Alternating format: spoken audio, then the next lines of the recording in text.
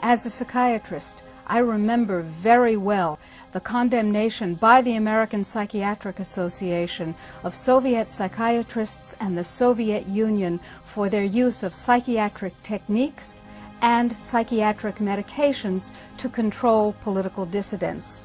Sadly, shockingly, we in the United States have become those same oppressors. We now have a policy, as exemplified by the FBI brochure from the Phoenix Office on Counterterrorism, which says people who are defenders of the U.S. Constitution against federal government and the UN and make numerous references to the U.S. Constitution should be monitored as potentially murderous, and fanatical terrorists, by extension, should be considered mentally unstable. Under the new Freedom Commission, mentally unstable people must be medicated on a compulsory basis with lethal and untested but very profitable psychiatric medications.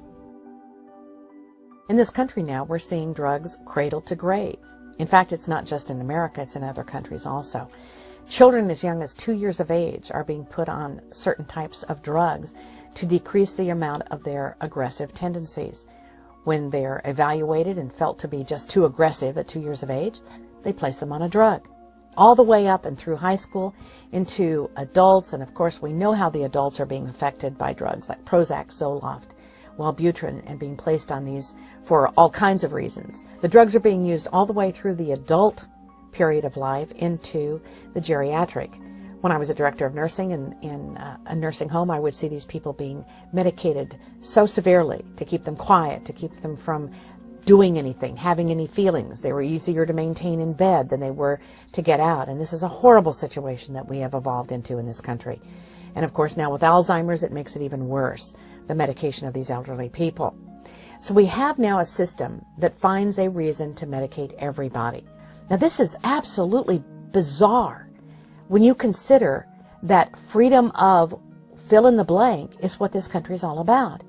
And yet, under the guise of a diagnosis, whether it's accurate or not, these people will then be forcibly drugged and helped or hindered. Who knows? Who knows what will happen as a result of these deleterious drugs that are given in combinations and amounts that many times are not safe. Yeah, there is a war on freedom. And we're being told over and over and over again that we need to support George Bush and we have to support the war in Iraq and we have to support this war on terror and we have to support all these laws that are coming by because, of course, they're all here to protect us. And yet when you look at things like the Patriot Act, this allows the FBI or any law enforcement agency to utilize what they call sneak and peek. They can go into your house when you're not home and they can go through all of your stuff and without your ever knowing about it. How is this protecting your rights? That's just one example where we get to think we're free. You know, on the patriotic holidays, we all break out our flags and we wave them around and we sing patriotic songs like I'm proud to be American or I get to think I'm free.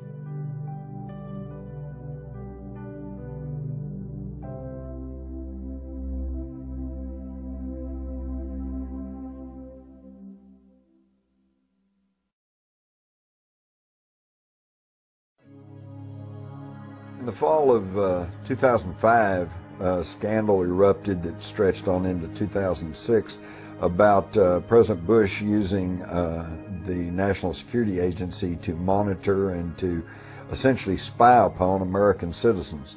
And of course, on one hand, you had people who said, well, we have to have these powers to locate and track the terrorist, and then you had people on the other side saying this is a grave invasion of privacy. If the history of the United States was one that had always used such powers correctly and only against true enemies of this country, I would be a whole lot more supportive. But when you go back and look at history, you go back to the Red Scares of the 20s when J. Edgar Hoover was sending the FBI against political dissidents and against political parties. You go to the COINTEL program of the 70s when Nixon and the FBI were being used against race groups. COINTEL program was used against Dr. Martin Luther King Jr. They were targeting peaceful dissent, and that's just anathema to a free society. And even in the current spying scandal, we find that most of the targets were not Islamic fascists, they were environmental groups and anti-war groups. So I think we have to be extremely careful in giving these types of spying powers to any government, because historically it has only been proved that they will use it against their political enemies. The average American would be so shocked to find out there's something called COINTELPRO, the FBI's covert action programs against American citizens. That's the name of their document, the government document, not my rendition of it. In fact, it is Report 94-755 called Supplementary Detailed Staff Reports of Intelligence Activities and the Rights of Americans. This is a hearing that occurred in 1976. Now, some notable people that sat on this hearing: Philip Hart, Walter Mondale, Gary Hart, Howard Baker, Barry Goldwater, and Richard Schweiker. Now, this Senate report tells what the FBI was doing against the American citizens, literally. Here's their statement. COINTELPRO began in 1956, in part because of the frustration with the Supreme Court rulings limiting the government's power to proceed overtly against dissident groups. It ended in 1971 with the threat of public exposure. But in the intervening 15 years, the Bureau conducted, their terms, a sophisticated vigilante operation aimed squarely at preventing the exercise of First Amendment rights of speech and association. This is incredible. When you look at this, and when I was able to get a copy of this document, which is over 3,000 pages long, I was shocked. I had no idea that the U.S. government had been involved in the control of the American people in the 1960s and 70s in the manner that they did. One of the purposes of COINTELPRO was to, number one, promote national security, number two, to prevent violence, which it did not, because it had a lot of violence in the program itself, but number three, listen to this. The agency has the duty, the FBI, has the duty to do whatever is necessary to combat perceived threats to the existing social and political order. Notice, there's no mention of protecting First Amendment rights, of protecting any rights, of protecting any constitutional rights, Bill of Rights, nothing other than the prevailing, existing social and political order. One of the things we're doing is developing all sorts of technology, not to spy on the Russians, not to spy on the Chinese, not to spy on Osama bin Laden, but to control the American people. We have satellites. Are they monitoring what's going on in Russia or China today, or are they watching what's going on in the United States?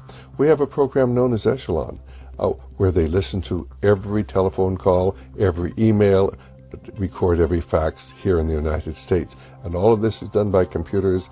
All of these messages are kept indefinitely on computer disks. What the American people must understand is that the massive amounts of money we're spending on defense is not to protect America, but ultimately to be used to control the American population as we move from freedom to fascism.